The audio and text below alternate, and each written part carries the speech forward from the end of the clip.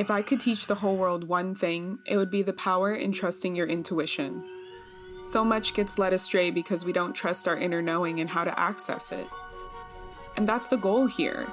The Empowered Intuitive is here to bridge the gap in your spiritual knowledge, to open your mind and give you permission to decide what's best for you and the world around you. And I'm here to be real and silly and have fun while doing it. Hi, and welcome to another episode of the Empowered Intuitive podcast. I'm your lovely host, Love. And today we are talking about a really fun topic for me, being a psychic medium, connecting to people who've passed on from this mortal plane as we know them.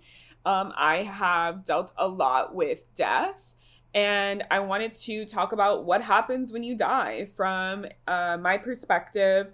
From my personal perspective, I've had actually a few interesting death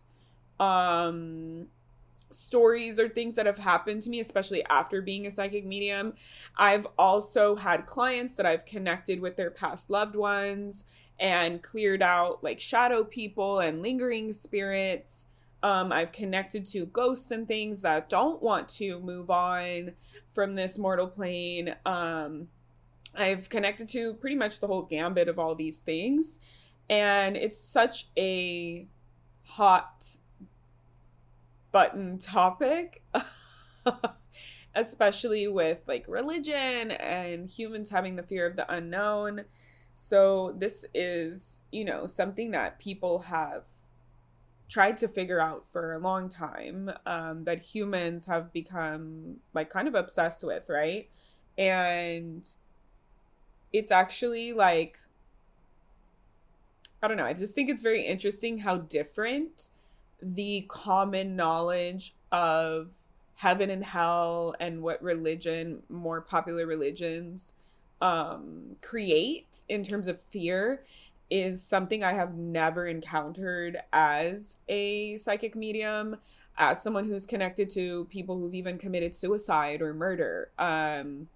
These really intense sins that you can never be absolved from, like committing suicide is like the biggest sin that the church, says. So, I've never seen anyone burning in hell. I've never had a soul tell me they were suffering eternally in a Dante's Inferno type of situation.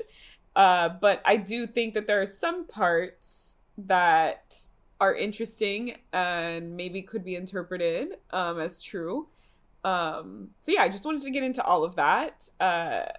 This is really, like I said, a lot of my personal experience, a lot of my experience as a reader, and also I've done a lot of research in different cultures and different like documentaries of people who have passed on the operating table and come back to life. I've met people who are considered walk-ins. So all just different types of stuff. So I wanted to break it down.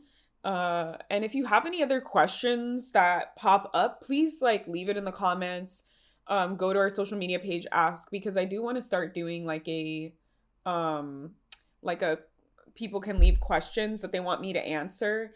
Even if they're like psychic questions or things that you want me to look into, and doing like one per episode. I tried to do it a long time ago when I originally started my podcast, and I feel like I didn't have enough people listening, or people with questions or anything. So I just stopped doing it, but I do want to bring it back. So if you have any questions, please, any question is a valid question. I hate this belief that your question is stupid, or you think that I'm gonna belittle you or something like that because of your question. I am a teacher at heart. I teach intuitive development. I teach in therapy. I teach people how to love themselves, how to let go, how to take care of themselves. I've taught people how to connect to the Akashic records. I in college taught a intro class for freshmen. So I'm just naturally a teacher. I also in college I trained people how to use the wood shop and the metal shop tools. So as a teacher for years, I have learned that there's no wrong answer, no stupid question, because everyone learns differently. And if that is just something that you need to get the answer to, that's fine. I'm not here to stand in your way. And I also recently learned that, especially for neurodivergent people, if we have a question, we can sometimes get, our brain can get stuck on needing to answer that question in order for us to move forward and understand the information, even if the question is like not related. So that made like a lot of sense for me in regards to like learning in school and how like, you know, you're like, why do we have to do this? But what does it mean? But what about this? And the teacher's like, just because, like, get over it. And it's like, I'm still struggling to grasp this concept because my question wasn't answered and I can't move past it. So that has been really interesting, learning that. So yeah, just putting that out there in the beginning, whatever questions you have, no matter how ridiculous, like, please, I can choose, I can make my own decision if I want to answer your question or not. But you got to shoot your shot. That's something I learned in middle school, and it has very much so helped me in my life. Just shoot your shot. Okay, so I tried to make notes on this so that it kind of flows from like right at death to slightly after to what happens if you've been dead for a long time. I will say, like, I'm very comfortable with these topics and things. I wanted to be a pathologist. My son is in the eighth house of death and rebirth. So I spend a lot of time being very comfortable in these spaces where a lot of people create fear and false beliefs about darkness and all these things. So, the first thing I actually wanted to open up with is a more recent thing that happened to me last year. My grandfather passed away, and I was there in the room in the hospital with my other family members, like sitting around him, in on the hospital bed, and he had been intubated, so he was like forced to be put into a coma because he had a bunch of stuff with his lungs, and I'm not going to get into all of that, but you know, my family knew that I was psychic, and they were like, you know, what information can you get from him, because he wasn't coherent. And we were trying to decide, like, what should we do to honor his wishes, and do we keep him alive, blah, blah, blah, all these different things. I intentionally connected psychically to him to see if I could communicate with him and see why his body was still holding on, because they were saying, like, once they do the intubation, it could be a couple, you know, minutes, it could be a couple months before his body lets go. And he was still holding on for a number of reasons, regarding like our family, like my grandma and different things like that, because he was the like stability in our family. He was the caretaker, the provider in our family. And I told him, you know, it's okay to let go. We'll make sure that your wishes and the things that your body is still holding on for, and your spirit is still holding on for, will be taken care of. And I called forth, because my grandfather is Jewish, so I called forth the angel of death, which is in that religion, to come and collect him. And I literally felt like I was holding his hand. I felt like I needed to have physical connection with him in order to feel these things, because it's also emotional for me, you know, and doing psychic things when you're not grounded can be a little tougher.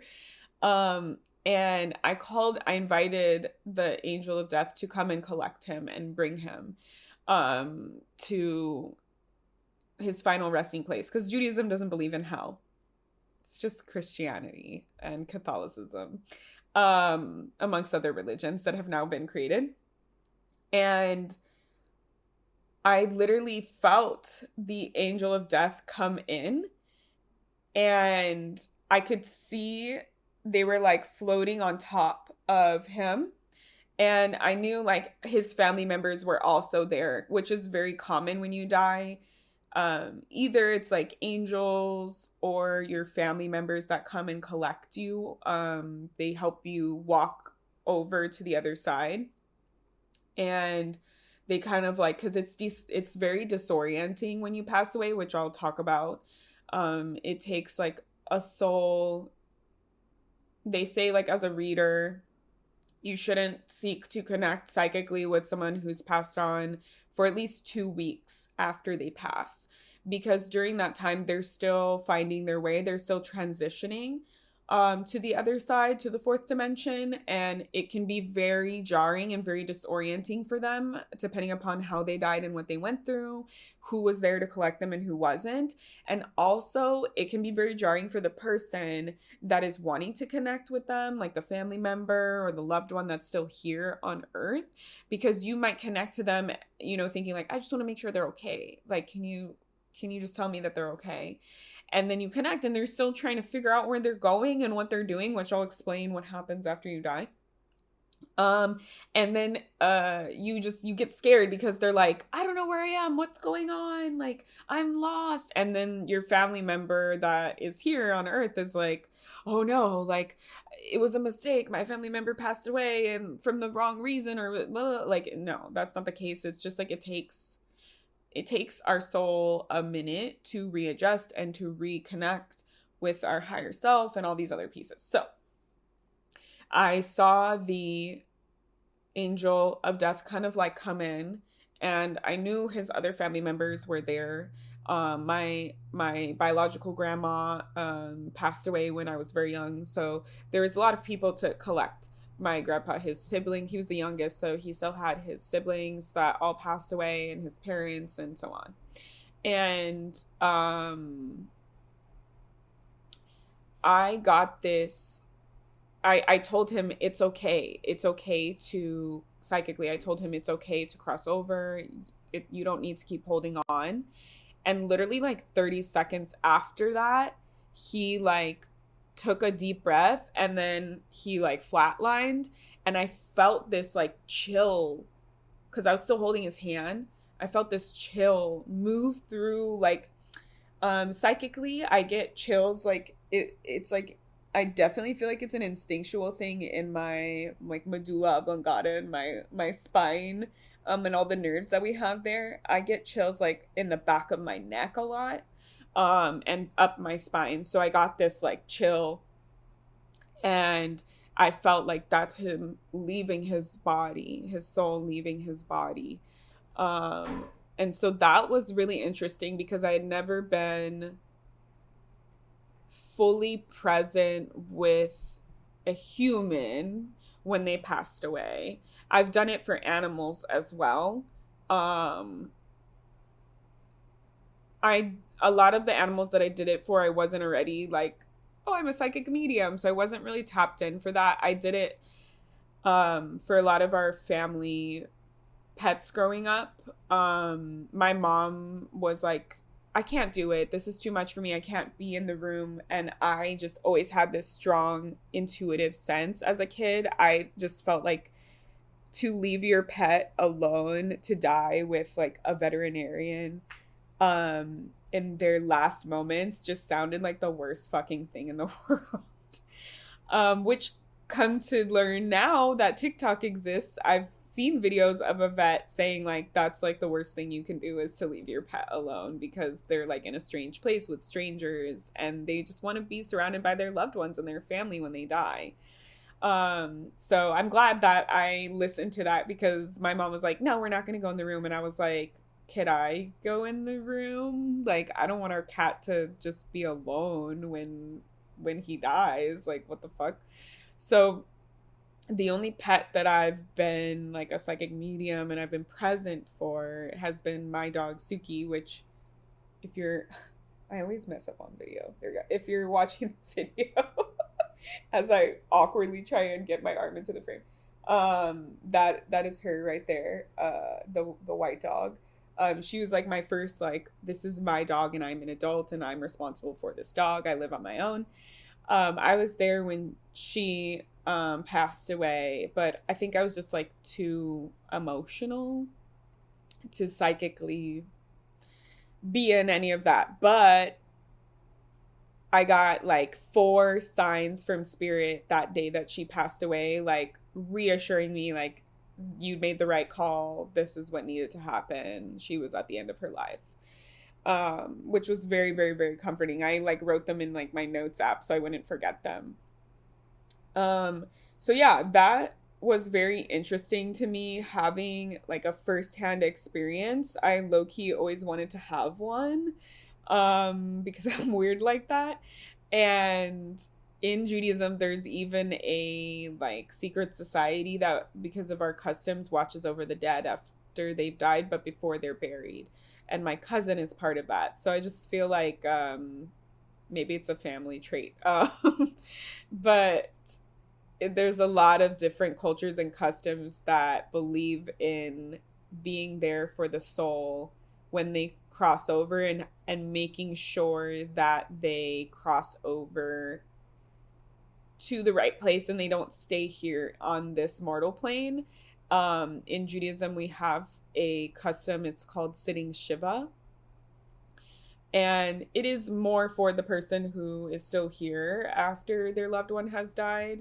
So it's a 2-week mourning process. You're supposed to not work, not like cook. You're supposed to like not like put on makeup and clean yourself and do all these things. You're supposed to just be with your grief, and people are supposed to come over from your community and bring you food and sit with you and talk to you about your past loved one, like sharing stories and things. But a part of this tradition is to cover all of the mirrors and reflective surfaces in the home so that the soul that's connected doesn't get trapped in the mirror and stay in the home and like gets pushed to cross over. I know it's also like a little bit for the person who's mourning, because like you're not supposed to be doing your hair and your makeup and looking nice and all these things. So like you're not supposed to be concerned with like, what do I look like? Oh my God, I look like I'm a mess, you know, like all of that kind of stuff. But I always found that very fascinating when I learned that as an adult, that like we even have like a my eyelashes are bothering me, sorry. We even have like a custom that is about allowing the dead to cross over and not having them get stuck here. So I do want to talk about that. What happens if you get stuck here? Because we do know that that exists. We have hauntings, we have poltergeists, we have ghosts and things that remain in this realm and don't choose to go to the other side. Now, this is more for like a traditional haunting.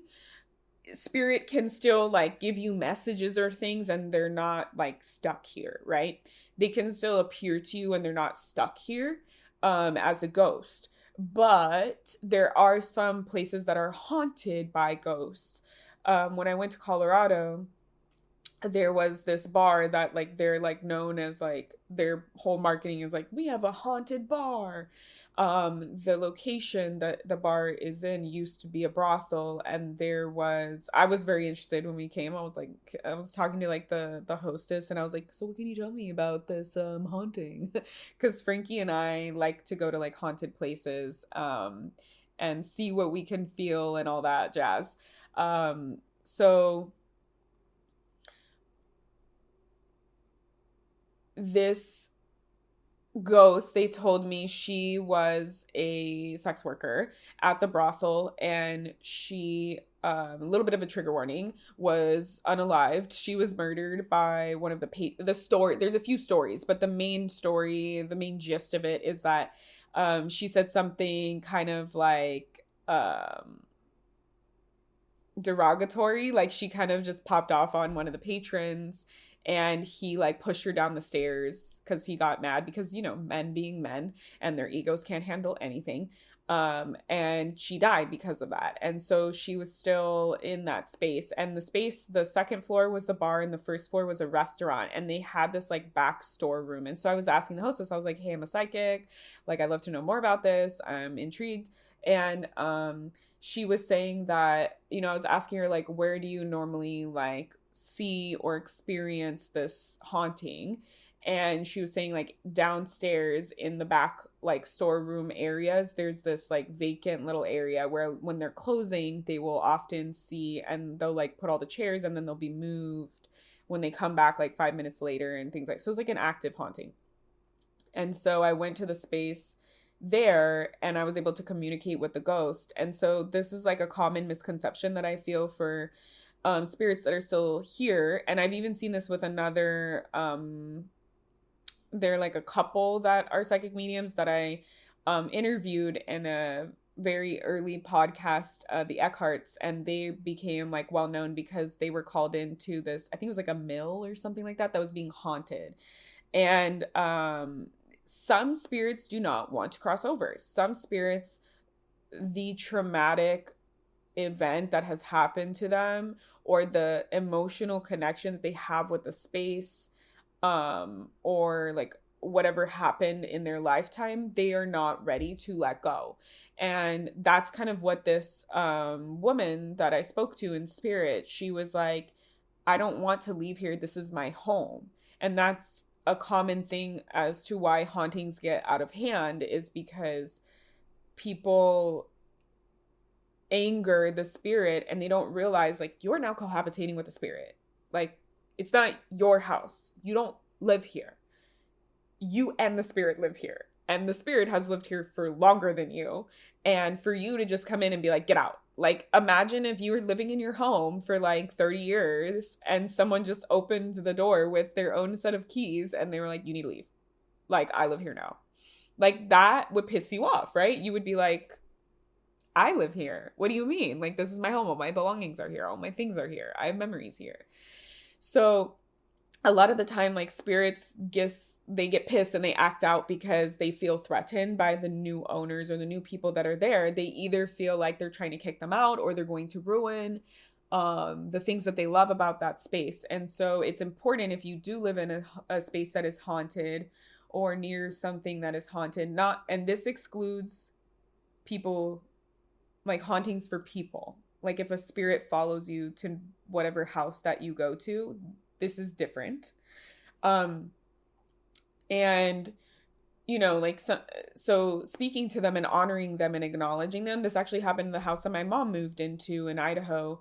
My stepdad was saying that when they moved in, there was like one other owner, and the woman died there's of old age. And she was upset when they moved in because she wasn't sure if they were going to take care of the home and they were going to treat it the way that she wanted it to be treated. And he told her, like, don't worry, we're not going to do any of that stuff that you're afraid of. We're going to be taking care of this home. We're going to live in this home. We're going to love this home. And she never really appeared after that to him. So this spirit at the bar, I spoke to her and she was like, just give me some offerings. Like, give me some shots. Like, this is a bar. Leave me my little space down here. Because they were thinking of turning that room down below into like some like VIP room. And so annoying. Like every time I fix my thing, it goes back. And she was like being more active since they had the owners had those talks about it in the space. And so the employees were kind of like, I don't know if we should do this because the spirit is like not happy. And she was like, you know, I want to leave this space down here. They had like a little like altar little area set up for her. And she's like, this is my space. This is my home that I have. And I'm like sharing, you know, the rest of the space with you. So like, don't get rid of that and just give me some offerings every now and again and I'll be chill. And so I told like the hostess, you know, what she said and stuff. And she was like, oh, interesting. Because people don't realize like spirits do really like offerings. Human people who have passed on, they love offerings. There's so many different cultures that have some type of altar offering built in. It's, in my opinion, like a universal truth. Not every spirit, obviously, but they lived a human life. They want some of their human comforts, and they want you to remember them and to consistently acknowledge that you remember them through these offerings. That's like a really big piece. So yeah, I've talked to some spirits that are like, I like it here. This is my home. I don't see any reason to move on. I've also heard this theory that I do believe in, that like places where it's like really intense, like the South, plantations, like like the concentration camps in Germany and throughout the Holocaust, like intense war, or slavery or things like that, places where people suffer, like a lot of places that used to be like hospitals, like tuberculosis. When I was in Colorado, we did a ghost tour, and there's a place that like was really haunted, and it used to be like a space for tuberculosis. Like those places where it was just like very traumatic and very intense, what people experienced and suffered through and then died from, they tend to be more haunted. And there's this theory that spirits do cross over, but the energy, because we have to remember with anything spiritual, everything is energy, right? It's science. And energy is neither created nor destroyed. So if a very traumatic and intense, energetically charged event happened in that physical space, it can be hard to just, where does it go? It can't be destroyed. And if nobody like transmuted it or changed the energy via some kind of spiritual ritual or thing, um it's still there. So sometimes hauntings can, that's where it's more like the poltergeisty type stuff. Like hauntings can be portals in a sense, of energy that is trapped, of energy that is like really, really charged and has changed the energy of that space or the environment forever because of it. And so sometimes hauntings can be just that residual energy and not necessarily like someone's soul that is stuck there or has chosen to be there. The other thing that I wanted to talk about where you can get people to cross over, I was hired by a woman who was a psychic. She lived in her home with her daughter and her husband, and her daughter was young. She was like 2 or 3 at the time, something like that. And she kept seeing this shadow person in her home, and even her daughter would see this shadow person in her home, and she was like, I'm like, this shadow person isn't listening to me when I'm telling them to go away. I tried like doing like sage and all these different things, like, can you help me out? And so I did a reading for her, and I connected to this shadow person, and I was talking to them. And at first it was just a shadow person, so I didn't know, like, no, I couldn't see any like discernible attributes of this person. I didn't even know it was a person, because sometimes shadow people can be like evil, like entities or things like that. And I was talking to the shadow person, and the more I was talking to them, the more they started to become human, and they revealed that they were just like this woman, and she was upset because she did some unsavory things in her life, and she was a mother, and she felt like she wanted to like apologize and atone for her sins, so to speak, for what she did to her children. And so she was holding on to staying in this realm as much as possible so that she could try and communicate with her children, so that she could feel like she could finally deserve to cross over, because she felt what she did, she needed to like apologize and all that stuff, and get a message to them. And that's why she kept appearing. So when spirits are trying to tie up loose ends before they are able to cross over, they will sometimes like appear in a way that will get humans' attention. And so she was trying and trying, and just became like more and more and more like scary, so that someone would notice her. And she wasn't doing it like on purpose, but it was like a sort of like a byproduct. And she basically was saying like she was trying to get the family that was living there to contact her children to let them know, but like they didn't know who this woman was or like who her kids were. Like they were like, I don't know how to help you, because I don't know like who your kids are to be able to like message them and let them know. So I told her, that if she crossed over, she could then do what a lot of spirits do and leave messages and signs for her children on the other side. Like she could learn how to do that in spirit, and she could then communicate to them that way and be there for them that way, and that would actually be more effective than trying to stay here and getting a human person who doesn't know her children or how to contact them to deliver a message. And she was like, oh. And so she started to appear as a woman. And then when she was open to that, I saw this like portal open of like glowing light. And there was like this walkway that like, it was like a ramp type walkway that extended down. And I like held her hand psychically as I walked her through, and I let her cross over that last bit on her own. And the family was like, yep, no shadow person after that. Like, we're totally fine.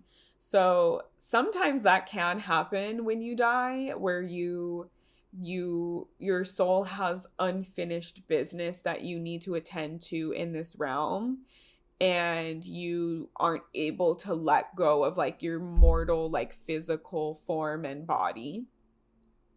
So I wanted to cover those like kind of like outlier things first, and then talk about like what most people experience when they pass away and they cross over. So and this, like I said, is part of my personal experience, but I've also talked to other psychics and other intuitives from all different walks of life, and they all pretty much have the same answer as me. And I've also, like I said, watched those documentaries where people pass away on the operating table or something, and then they come back. So I'm going to talk about those types of people next. So there are many documentaries about it, and I do find it very fascinating. There was this theory that what you believe in this lifetime, like what faith you have, what religion you have, is what you see when you pass away. That I believe in, because I feel like it's all the same thing. Like if you look at religion, it's all the same thing, just slightly different. And whatever we believe in, we know for a fact that our brain creates our reality, right? Because we actually see upside down, and then the image gets beamed into our brain from our eyes, and then our brain flips it to be right side up. I know, if that's the first time you're learning about that, literally look it up. It is, I learned it in like anatomy class. It's fucking crazy. And so much of our reality and our perception is defined by our brain. I've talked about this time and time again, and I'll keep talking about it. If you're going to buy a car, you're buying a Subaru, all of a sudden you see Subarus everywhere on the road. You're going to rent a apartment, you're looking for rent signs, all of a sudden you see all these rent signs. Your brain is very powerful. Your brain filters for what you see and what you don't see, and what you notice and what you don't notice. That's why they talk about manifestation and like your thoughts form your reality. There is very much so truth in that. And I think that that gets translated to when we die. If you believe your whole entire life that there will be a man with a beard that looks like Charlton Heston or something, like waiting for you on the other side, then that is what you will see.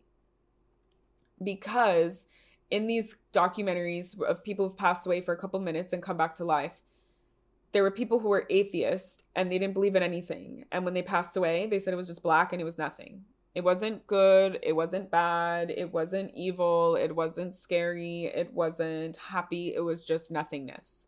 And I think that is potentially what some people see when they die, although I don't think it's true psychically. I think it could have been that they were in some like waiting purgatory room, and because they didn't have like a faith in like some like past loved one or angel or God coming for them, they were just kind of waiting in nothingness until they came back. Because the people who are religious, when they pass away and they come back, they do describe, a lot of them describe like a light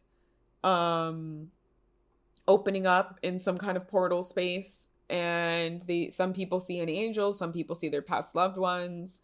Some people just hear like an omniscient voice. And I think that these are unique experiences because these people did not fully pass away. So like yes, they like scientifically their heart stopped and they died, but their soul's journey was not over in this body in this lifetime.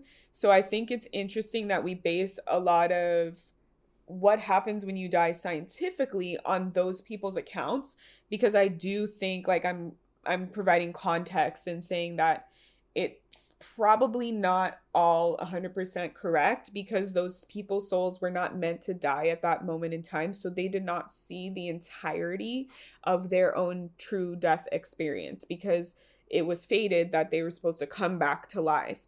So from like a higher level perspective, right? So they saw what they needed to see, or they saw what they were able or allowed to see while they were waiting, basically. Because a lot of these people describe like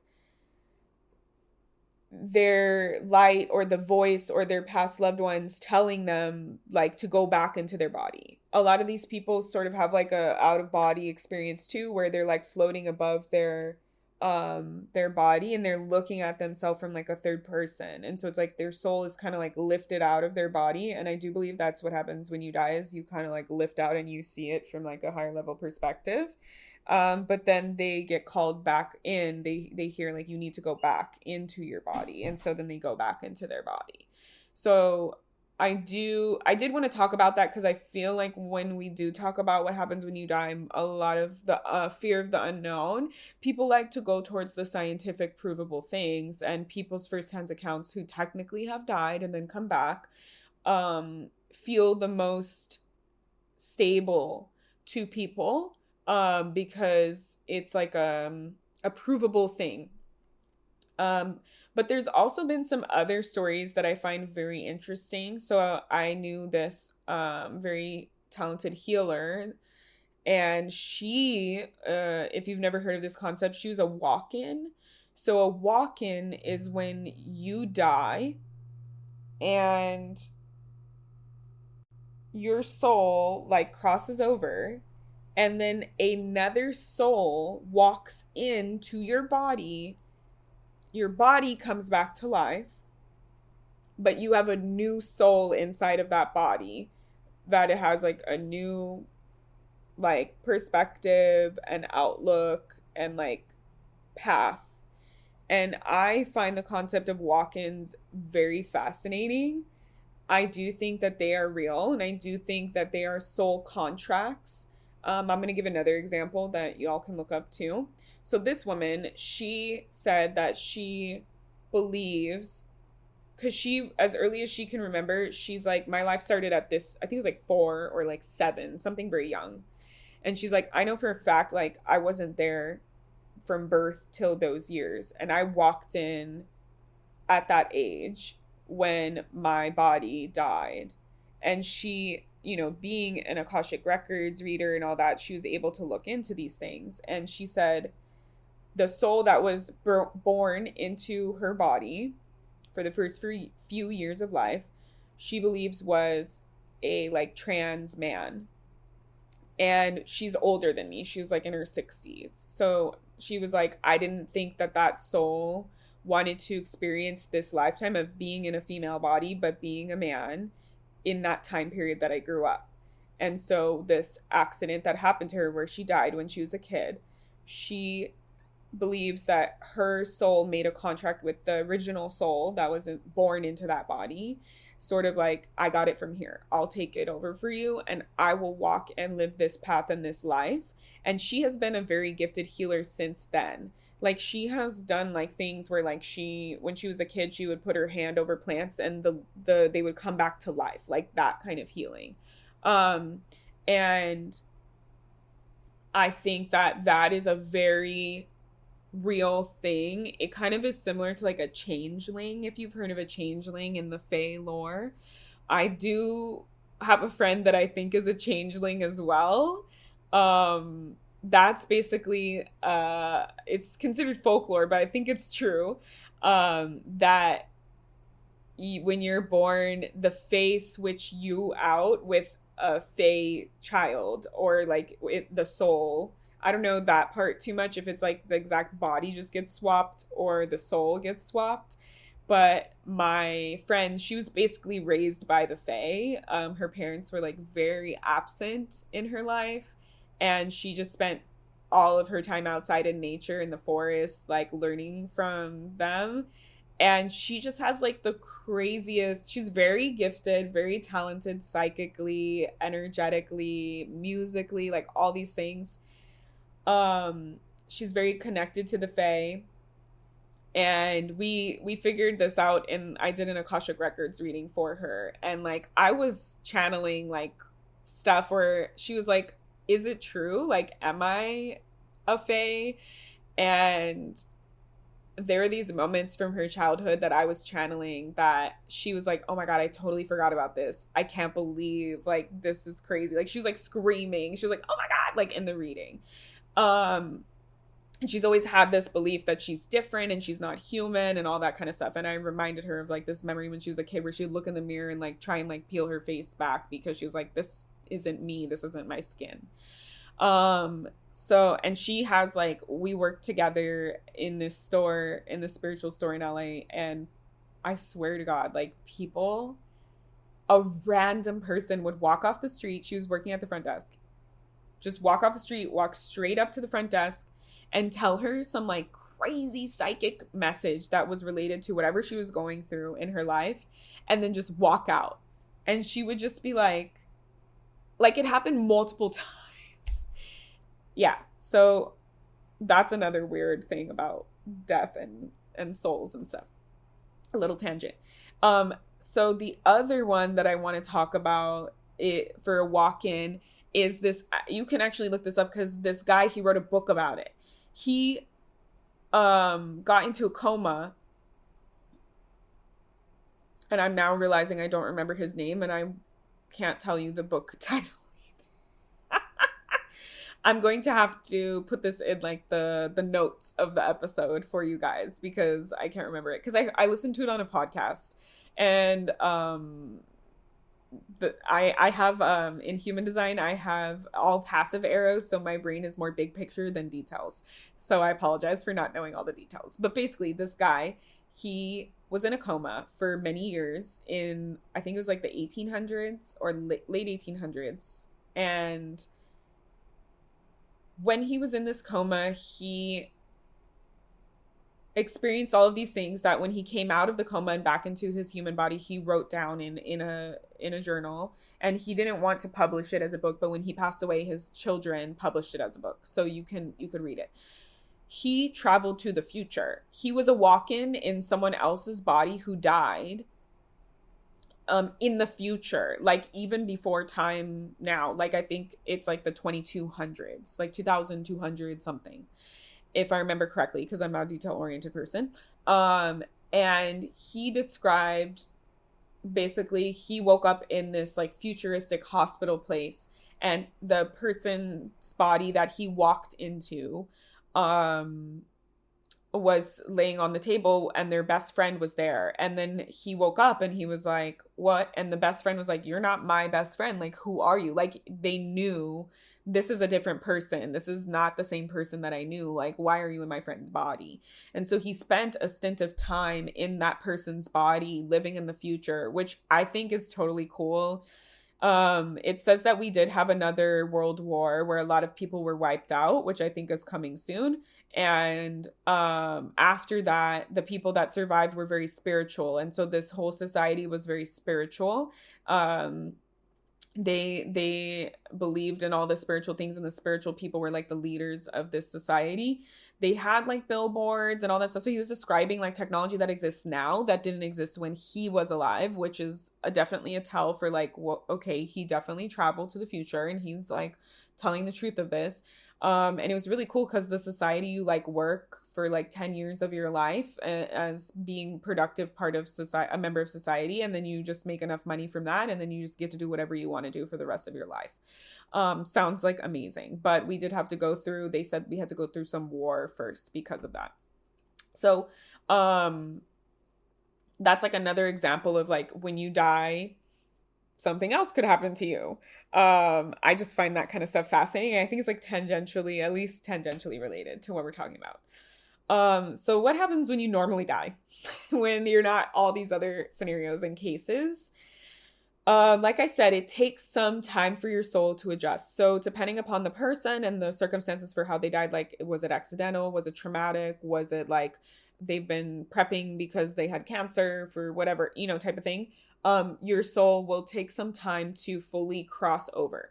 Now, when I say cross over, I think that there, at least from what I have seen, is a place that exists that is similar to what we believe heaven to be. I don't think it's like the pearly gates and like your soul is judged, and if like you did unsavory things in this lifetime, then like you get cast into hell or whatever. I don't I've never experienced that. As a reader, like I said, I've connected to people who have committed suicide in their lifetime, who have done unsavory things. None of them have ever described their soul as being in any kind of hell related type place. So I do want to say, like, that is false. And I think that obviously we know a lot of religion exists to control us in this human plane. So I do think that a lot of this stuff is made up by humans. And how can we know? Because we're still alive when it happened, right? When we make up these rules about what happens when you die. I believe that the concept of hell was originated by Catholicism, Christianity, and like just just taken and run with, basically. Like it was like, oh, we're going to scare people into believing that if they do these certain things, they will suffer forever. And we're going to scare people into believing that like this lifetime is like this kind of like test or whatever for this grander thing that comes after. I know that like Greek and Roman and those people like had like the whole Dante's Inferno, but I think that's more metaphorical to describe the process of suffering and the process of atonement and the ego and this, like, yeah, I think it's more metaphorical. Um, I think that some humans do fully believe in that, and there could be a chance that like when they die they try and go there to hell because they think that's what they deserve. Um, but largely I've never felt that God or source or whatever higher being that is up there aims to punish us for what we've done in this lifetime. Now, there is sort of an atonement school that exists that I've had multiple people who've passed on when I connect psychically tell me about, and multiple intuitive and psychic people tell me that they know about or they have heard or tapped into psychically.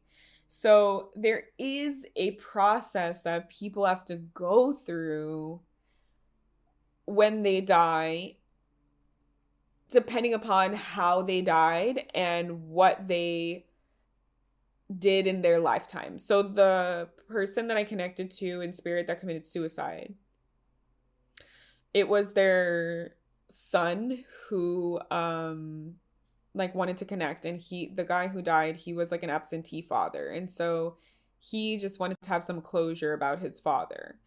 And he knew that the father committed suicide, and he was curious about like where he was and what all he was doing, and the father just kept saying like his soul was going through training.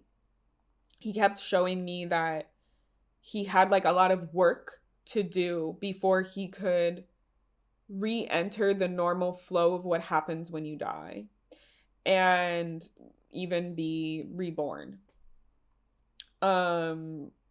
So what other people have told me is like it's like this training school that you have to go through depending upon like it's like different things. It's sort of like self-paced course, I guess, where it's like if you were maybe a serial killer or something, like you would have to do a lot of work, go through a lot of schooling, quote unquote, before you could then move to the next phase in your soul's development.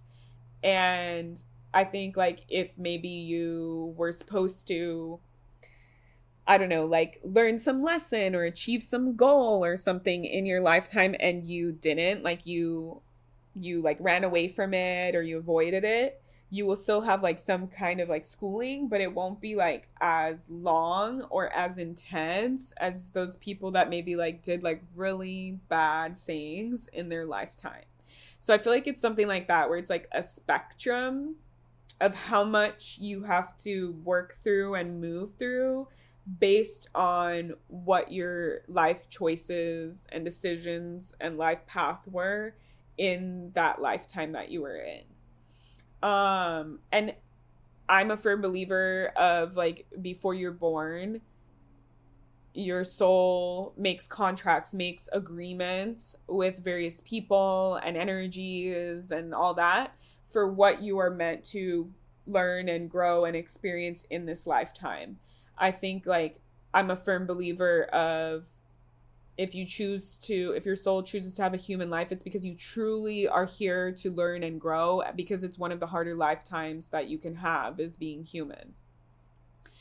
And I'm not one of those people that's like, oh, like your trauma happened for a reason and like it's a gift. Like I don't see it as a gift, but I do see it more as like a karmic balance where like if someone wronged you in one life, then your souls might make a contract for in another life to flip the tables, to make it even. Or like we choose our parents, right? Like before we come to this plane. And a lot of us have difficult parents, including me. I have really shitty parents. And at least for when I was growing up. And I always thought like, what the fuck? Like, why did I get these parents? Why did I get this reality? Like, this fucking sucks. But as I've grown, I've learned like I chose to have these parents. And for some reason, right? Like because I wanted to go through this like gambit trial so that I could come out on the other side so strong in myself that I can then hold space for others. Like I'm just giving examples, right?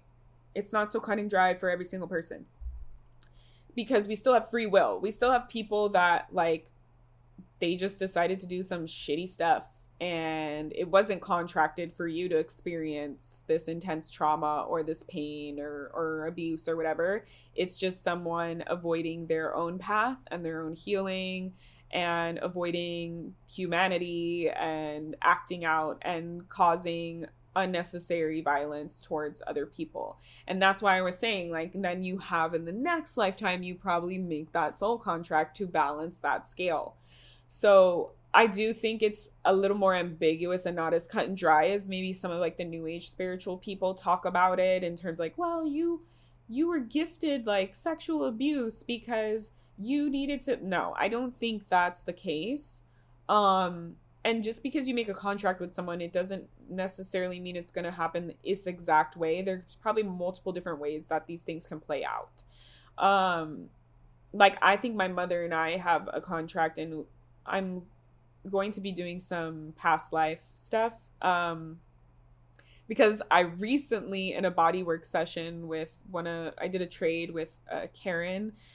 Shout out to Karen. Her IG is Heal Now with the Body Whisperer.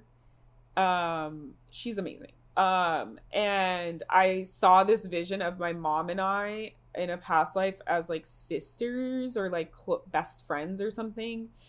And my whole lifetime, she's called me her sister's name, like when she's angry or like, you know, yelling or whatever. And I always thought that was weird.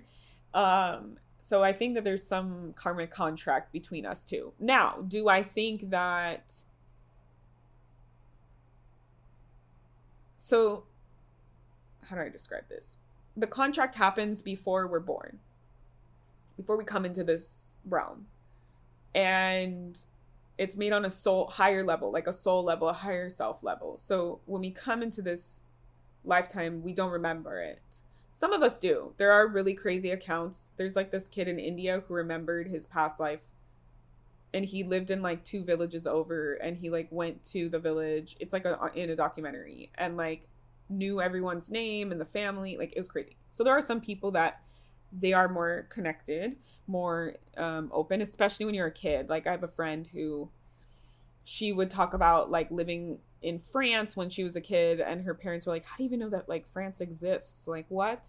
So there are some people that can be more in tune to that. I will say, like, if you're a left angle cross in human design for your purpose, for your incarnation cross, you're going to be more in tune to that. That's just a known thing. But a lot less percentage of the population have left angle crosses. So once you come here, there are certain key moments that are fated to happen, but that's, again, case by case basis.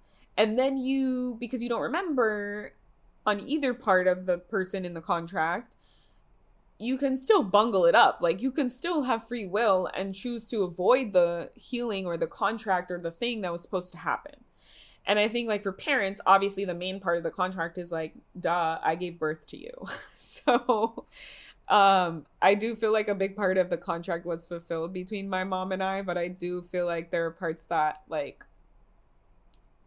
she chooses not to. And I even made mistakes. I kept doing something that I wasn't supposed to do. So we can still have those pieces. So I do want to say that, like, I think a lot of like the death and birth process are very connected, understandably, and important to acknowledge when we're thinking about like what happens when we die, because we need to know what happens when we're born. So it's like, in order to know what we do when we cross over and we die, we need to kind of see like, what were we supposed to have done? What was necessary or what was asked of us, so that when we're finished with our life, it's sort of like you had an assignment, you went out on assignment studying for years, and then when you came back, you then assess like, did I do all the things that I said I was going to do? Did I succeed? Did I fail? Yada, yada, yada, depending upon the person's individual journey.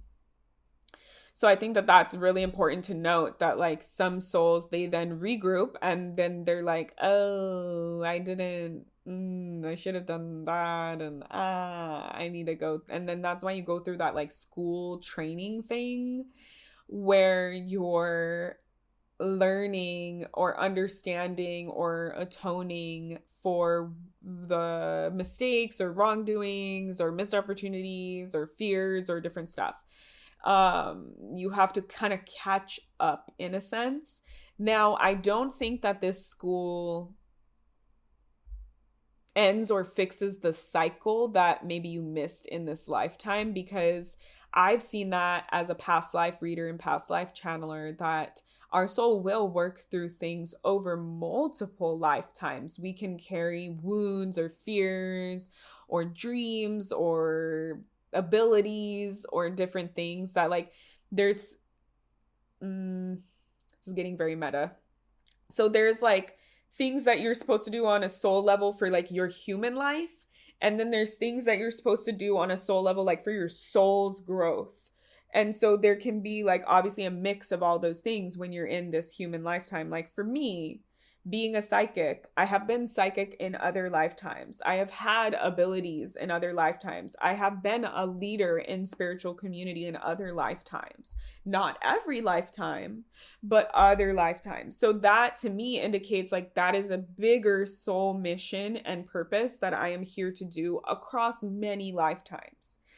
Now, there are certain things that's like it happened in a more human sense, like in that lifetime for me. And maybe I struggled to work through it in that specific lifetime where it was supposed to happen. And so I'm carrying that wound or that lesson or that thing, or I'm carrying whatever I experienced just new in that previous lifetime in, and now my soul needs to work through and figure it out in the next lifetime. And some people, they get it in one lifetime. Some people, they get it in two. Some people, they're doing it for like 30 lifetimes. They're trying to fix this thing or learn this thing. And it just really depends on your soul.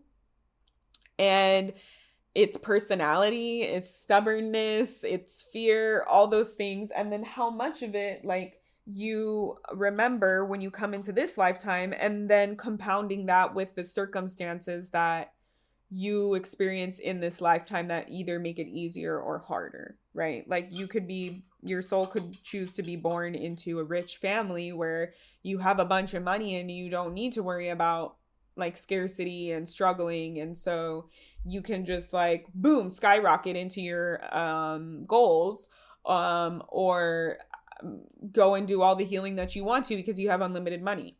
And then there's some people where it's like you are born into like a poor family, and so the mission that you've always, or the dream that you've always been seeking, you maybe didn't get the opportunity to do that in this lifetime because you spent so much of your lifetime just trying to break the poverty cycle, or to, you know, like I'm obviously using oversimplifications because with lives and with souls and with contracts, there's so many, it's like a big like interwoven web of things. And we know that the butterfly effect is true and real, and not only are we affected by collective things, by like individual things, so lots of things can shift, right? Like we, whoever is listening to this now, all the humans that exist on the planet right now, we've all entered into a collective contract to exist now during this time for a reason.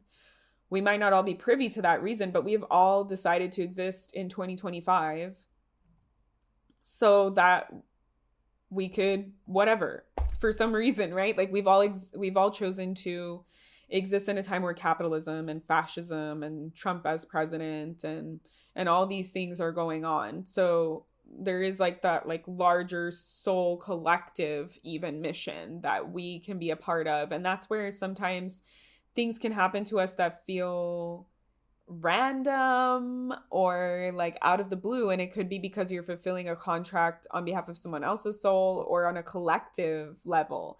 And I've seen this in the Akashic records, like certain souls can be grouped together, sort of like this honeycomb structure. That's how I see it. And that's because they have like collective missions. And it doesn't mean that you're all doing the same thing. Like even in human design, my purpose is the same exact purpose as Mr. Rogers, but we're not doing the same thing. Like I don't also have a PBS TV show where I'm teaching children to love and respect each other equally, but I'm teaching you and all my clients and my community around me and myself to love and respect their body and their energy and their emotions. So we're doing the same thing, but different, right? So it's not as straightforward. So anyways, I went on like some crazy long tangent about that. So going back to the energy is neither created nor destroyed. Some people, when I connect to them, who've passed on, like let's say like my grandma passed away when I was like 3, I think. So there's been over 20 years since she's passed away. She has already reincarnated into another life, into another body, not on this realm. And she's like a powerful healer in another realm. So when I connect to her psychically, am I connecting to her in this lifetime that we knew her as? Or am I connecting to her where she currently is? Like that's crazy, right? Like what if your grandpa is a baby? Like how do you connect to a baby psychically? So because energy is neither created nor destroyed, and time, like energy is non-linear, we can have multiple lifetimes existing all at the same time parallel to each other. I am able to connect to the energetic essence of who she was in this lifetime that we knew her. That's what I'm doing when I connect to people who've passed on for others.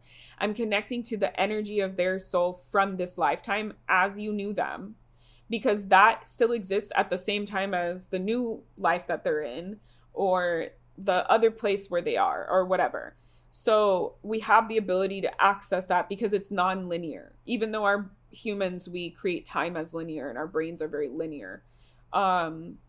that is something that sometimes baffles people. It's like, but what if they are in a new body already?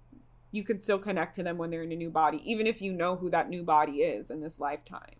You can still connect to that version of them, that energetic essence of them, because largely their soul still exists in this higher level place, so we can access that, right? So I think that that's very interesting and very cool, because it really makes sense. And that's why I say, when I teach my intuitive development students, it's very important to be clear on who you are addressing, because I could address my grandfather's higher self and I will get a very different response potentially than if I address my grandpa as how I knew him in this lifetime and who he was as a human person. Very different perspectives. So whenever I connect, I'm actually going to take a drink of coffee because my throat is getting dry.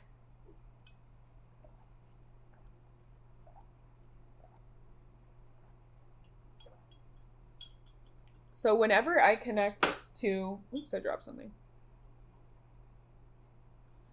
I'm making sure I'm doing my notes properly.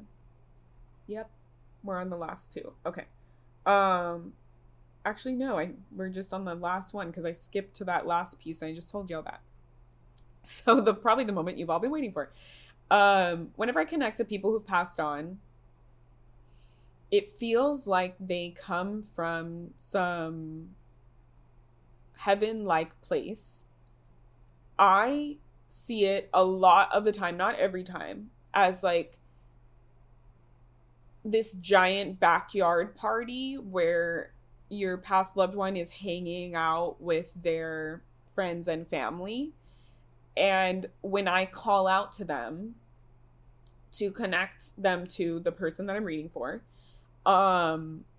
it feels like they open this sort of like portal or pocket, and then they come out of that space where the backyard party is happening. And then they sit, well, I tell them that they have to sit in front of me. They can't sit behind me. They sit or float around in this like interstitial zone, which is like the astral plane, where I'm connecting to them. And then they answer questions. And then when they're done, I thank them and I invite them to go back to wherever they were. And they usually go back to that backyard party place. So that's kind of what I've seen, quote unquote, heaven as. It's sort of like very similar to how heaven is. Excuse me. Like your body is, when they appear, they will sometimes appear in the form that the person knows them as or remembers them as. But a lot of the time they're like healed. So it's like if they were very sick or they had ailments or disabilities, they don't have them anymore. A lot of the time they can be like younger looking when they appear to me, or like more spry. So they're not like eternally stuck in that version of their body that they left this world with. And they're not like suffering ailment wise. Again, they do have to work through certain things if they did need to get to that point. And it feels like they get to kind of just enjoy and be in this space for as long as they want. And they get to connect with the people that they want, if those people are open, also to connecting to them. When they pass on, they start to see things from a higher level perspective. So even though I just talked about they're still going to be their same human self, they are now detached from their human body for whatever time, at least 2 weeks before we connect to them. And they start to see life and see Earth and the human experience from a different perspective.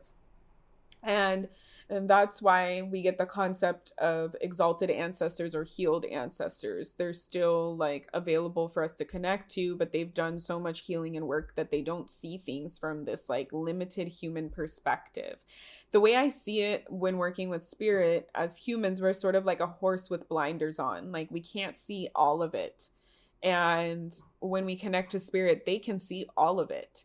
and they can give us a very different perspective and answer and understanding than we are even able to comprehend or to understand in this lifetime.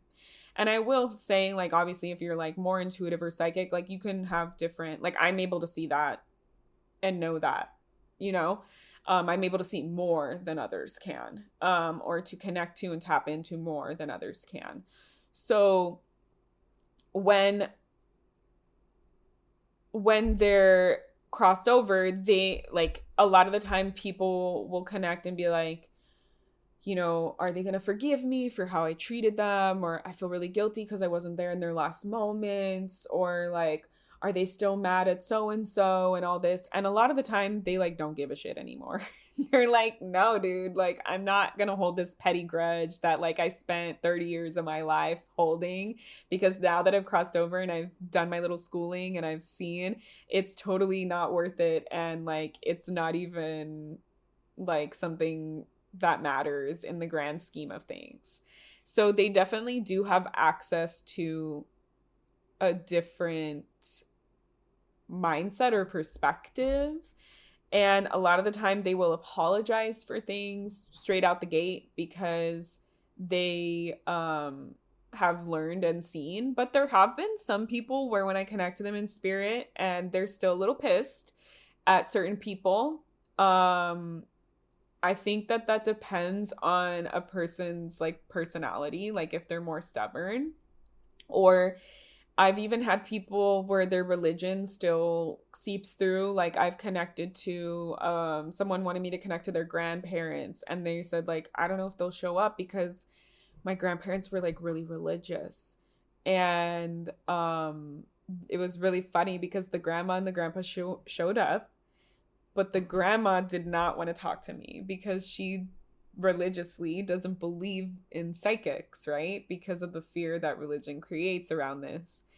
And so the grandpa was like, okay, I'll do the talking.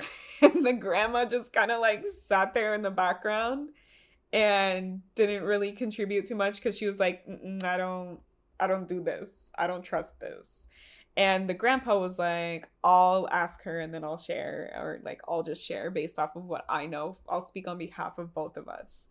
So you still do have people who are very connected to their beliefs in this lifetime. I've also had like people who are like, oh, like they didn't speak English, like, and I speak English, like what will we be able to, yes, I can still hear them. It's sort of like spirit will like translate it for them. There are some like they do speak in their language and then I sort of like understand what they're saying. Or sometimes I do hear it just as them speaking English, depending upon like the situation. But I think that's more to do with me than them. And what else can I say about when people die? I'm trying to think of like, yeah, so like no burning in hell. Um, Definitely karma, definitely working through things, definitely atoning for things. But largely God is not going to shut you out and judge you and shun you, because God is, that's just not how God is. Um I don't really feel, I feel like the angels are way more present than God is in the other realms and way more available for information around the other realms. I feel like whatever source or the universe or God is really like this omniscient, ever present being that is in everything, everywhere, all at once, like that movie. And I feel like there are people who channel or who have connected to source, but it doesn't super talk a lot. It's more showing or feelings. And I do, like I said, I think people experience, they get stuff mirrored back to them based off of what they believe in that realm. Um, yeah, but I've never had anyone where I connect to them and they're like, oh my God, can you please help me? Like, I'm dying over here. Like, I'm so sorry. I can't believe I did that. But no, that never happens. No other psychic that I've connected to has said, like, I've like connected with has said that that happens. Yeah, it's like, oh, so it's either this backyard party or I feel like some souls are like doing their own thing, like in the other realm. Like they're learning things, they're exploring things that they wanted to do that they didn't get to do in their lifetime. They're connecting with famous people that they really liked. They're getting to experience without limits, right? And I feel like food is not as it feels like it's not necessary for sustenance there, but because humans, we know like food exists and we've grown up with it. Food can be like a there, but not necessary. Like I had one person where I connected to them in spirit, and they were like showing all these things that they were doing in the other realm, in the astral plane, in the fourth dimension and above. And it was crazy because the person I was reading for, I was like, oh, he's showing like cooking. And then the person was like, oh my God, he was a chef in this lifetime. And then I was like, he's showing like cooking with Anthony Bourdain. And he was like, oh my God, he loved Anthony Bourdain. So it's like you get to do those things that like you've wanted to do. Like you get to enjoy time when you're in this other realm. And I think that the thing that I still haven't fully figured out is if people, and I think it's case by case basis, which is why I think it's a little hard to figure out. I think some souls, they're like, I'm not super ready to be born into another body right away. So they take their time. I think some souls are also like, this is my last human lifetime. I'm going to be in another, type of realm, or type of being after this, or just for now. And then I think there are some souls, especially if you die traumatically of an accident or something really early, like if you die young, then you're like, I'm ready to go again. I'm ready to get at it. And I do think that certain lifetimes where you die young, there's like some contract about like, you need to do something, whatever your contract term is. And then once you do that, then you're out. And then you can like come back. Like I've seen that with like miscarriages or abortions. People get very, I know it's like a very emotional and triggering experience for the mother or the female body that is carrying, depending upon how you identify. But and for the father too, or the male person, whoever the parents are. But from a psychic perspective, the soul is just like wrong timing.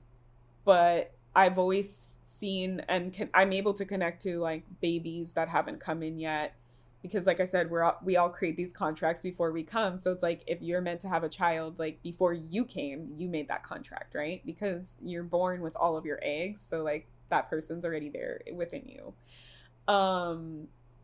in a like soul contract way. And I've seen that like people are like, oh my God, like that poor soul has ended in their life. And it's like, no.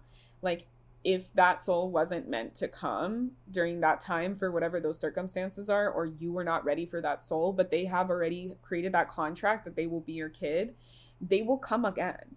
They either will be born at a later time from you, from your womb, from your loins, or they will tend to get born into a member of your family. So I've had people where they've had miscarriages or abortions and then they didn't end up having any kids, but their like niece, they had like some crazy strong connection with their niece. And it's like, yeah, that was the baby that you almost had, and now it's here in your family. I'm one of those kids. My mom had multiple miscarriages and abortions, and then she had scar tissue because of them, and then she had to have surgery to be able to get pregnant again. And then here I am. I was the firstborn. Like, I feel like that's so Aries moon of me. I was like, I'm coming now. And then it's like, not now. Now. Not now. Now. Not now. Okay, now. Yes, now. So um yeah, that also is a part of like the death process that I just wanted to like highlight, because a lot of people, again, I understand it's very traumatic, very emotionally intense. I am not belittling or glossing over that. I'm just talking about it from the psychic perspective, and largely whenever I connect to psychic higher level information, it's not super emotional, because these beings and things see it from such a different enlightened perspective that I said they see the big picture. So to them, in the grand scheme of things, it's not so bad. Which is what I wish I could tell to all the people that are like against pro-choice. It's like, oh, you're killing a soul. Like, a soul does not die. A soul is like forever. Like, it will be there. It will come when it's ready. Like, I don't know what else to say, but like, you're not hurting or missing out on anything. It's just religion that creates that belief, you know? And a lot of these religions don't believe in reincarnation, right? I do past life readings. I have seen multiple times. I have had past life experiences in this lifetime, even as a kid, where there was one really crazy one where I was walking on the street with my mom, and this random stranger was walking towards us, and we both stopped and we were staring at each other, and it just felt like this surreal experience. And my mom was like, do you know this person? And I was like, no, do you know this person? And the other person was like, do I know you? Like, I've had like experiences where it's like our soul knew each other. What? You know? So I think so many people feel like there's people where they meet them and they're like, I feel like I've known you my whole entire life, because your souls have existed together before. Like, I think this concept that you just have one lifetime and you go to heaven, and if you are good, you just get to enjoy in heaven forever, is not correct. So many souls continue, have multiple lifetimes over and over and over again. And maybe when you're done having those lifetimes, you just get to chill in heaven or something. But like, I've seen people that have had non-human lifetimes. And I've even had a past life person that the life that I tapped into, they were like an immortal being that still exists. And now they're still here. So like, time is not linear. Like, energy is not linear in the way that we understand it in our limited perspective as humans. And I wish I could tell, I mean, obviously I'm doing it right now, but I wish I could tell like so many more people, like, let's work to get this episode out so millions of people can hear this. But like, it's not what they tell you. It's just not. Like, I just feel like the other episode that I talked about, how in How to Grow and Trust Your Intuition, how like most of the spiritual religious stuff that we know was garnered from someone who connected psychically or channeled God or angels or some kind of source energy, yet we're told like that we can't do that ourselves, and that's, you know, gonna put us in hell. Like, just upon that one principle, I would feel, I don't know if I'm going to trust this whole institution and what they stand for, because they're telling me to listen to someone who did something that I'm not allowed to do myself, that I would go to hell for. But when they did it, everybody needs to listen to them. It doesn't make sense. It's giving manipulation vibes, right? So it's very interesting to me knowing what happens when people die and how unbothered largely they are about like the stuff that we are guilty about in our lifetime. Although I've had some people, like I said, who are still upset.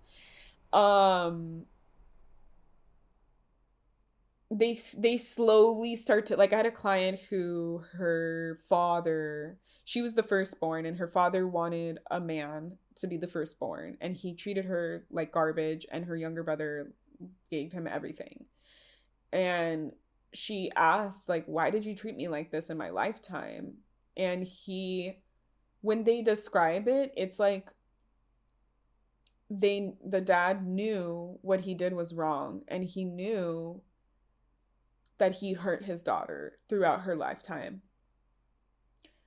But he still was like, well, this was the belief that I had, and this was the tradition that I believed in, and this was the ideology that I believed in, and this is why I treated you this way. Like, he still knew the truth of what he did, and he started to understand and see from having this higher level perspective after passing away that it wasn't correct and it wasn't the best. But he was like, this is what I did, and why I did what I did. And he was like taking accountability, like standing on business about it.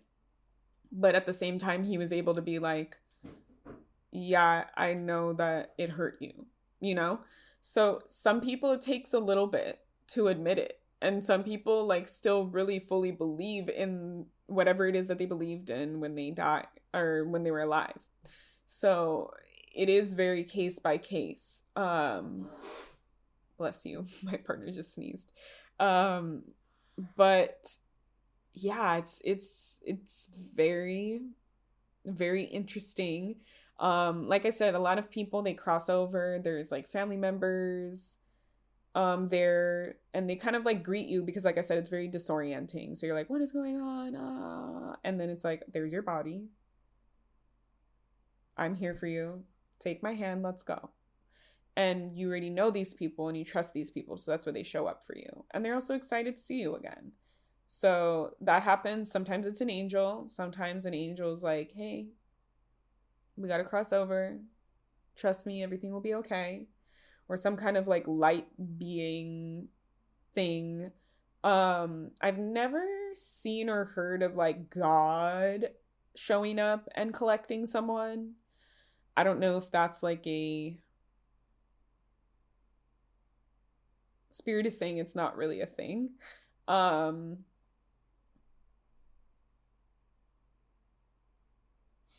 I'm asking spirit right now if like God judges them. And I'm thinking about like the Egyptians, like a lot of cultures have like a judgment thing. And they're saying that's like the like atonement piece, the work that they have to do. Um they don't get to do all the fun things that I've seen other people go through until they do that work. And that's why they feel like a little like, I still have work to do because they don't get to do all the cool stuff just yet. Um Trying to think what else does spirit, just gonna ask what else does spirit want to share regarding this topic.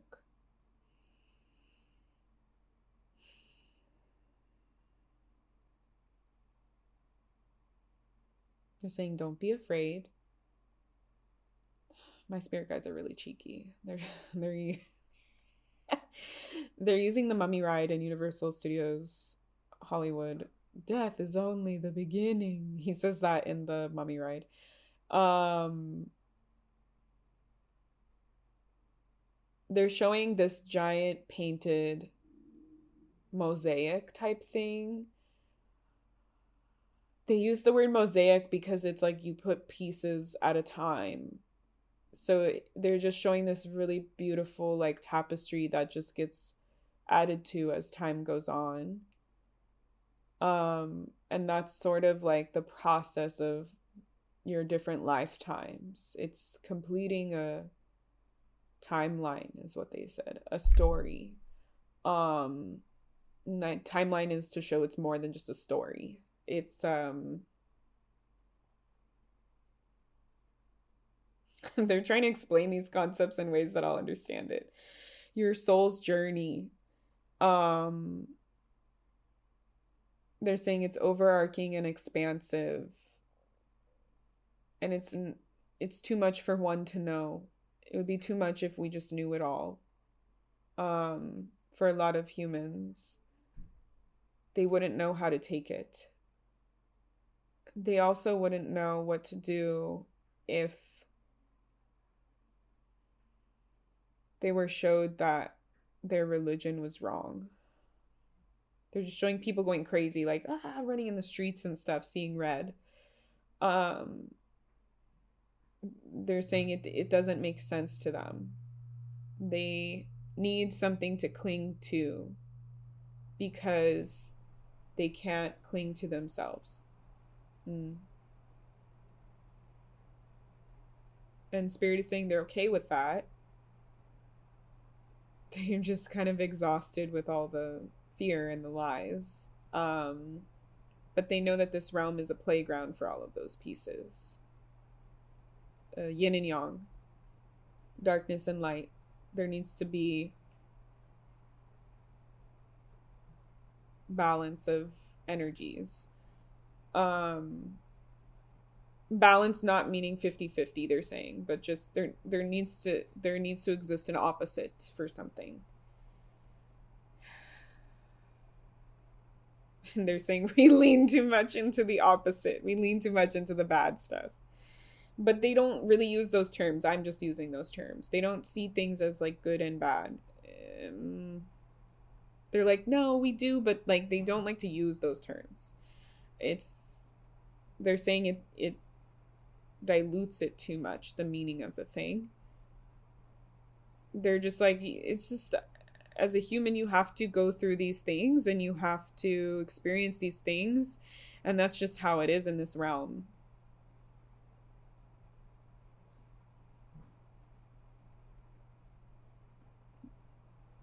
It's for them to know and for us to find out as we live. And they're saying that's why it's important to have faith. Faith is what connects you to the divine, to your purpose, to your soul, to all these pieces that we just talked about. Faith is what connects us to one another. Faith is the great equalizer.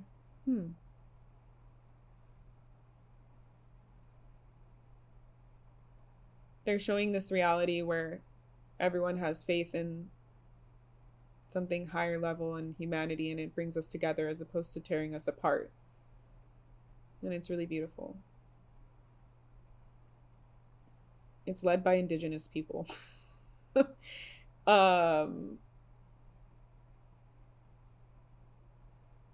feel like they're God's favorites. Because they understand. I'm struggling to accurately depict these.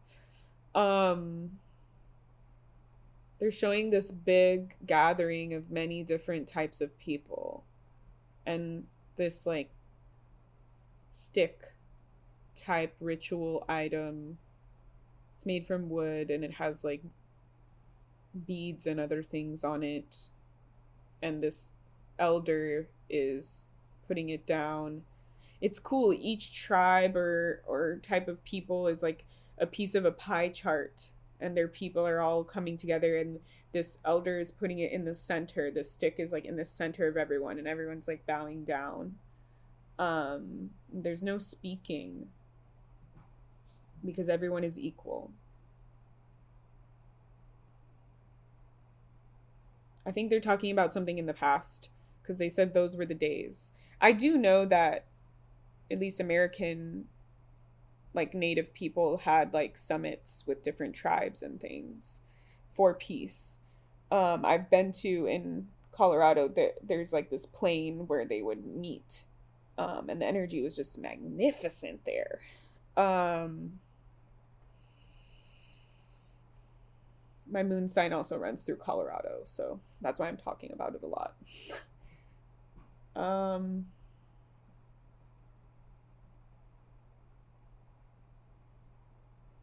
I feel like all the things that they want to say are more about the state of the world right now and not about the topic at hand, and that's why they're not really saying a lot of things.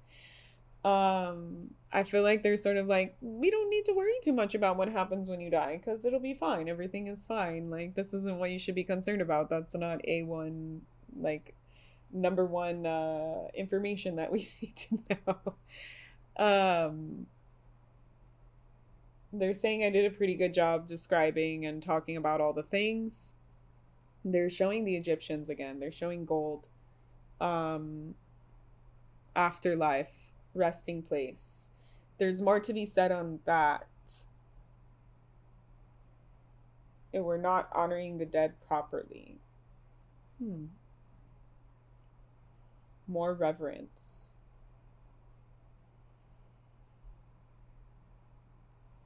Understanding. Something like luminosity as well. It's too ostentatious. They're showing like a mausoleum. Too ostentatious. To understand. Too ostentatious to understand. Focusing on the wrong things. They keep showing like the pyramids. I don't know if you have seen that new discovery about those like pillars underneath the pyramid that go like super super super deep, and like the different like compartments or chambers or whatever. They keep showing something like that. And it's funny because in my Animal Crossing game, I've expanded my house so to the maximum, so you get a basement, and my basement is like Egyptian sarcophagus themed, so they keep showing that.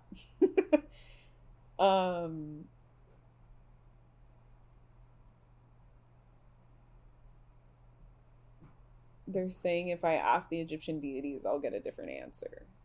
And then they showed a fox, which is probably my Egyptian guide. That's good. Thank you. Thank you for sharing, for clarifying, hopefully for others. Hopefully I described what I was seeing the best of my abilities. I feel like I was channeling a little bit, so that was interesting.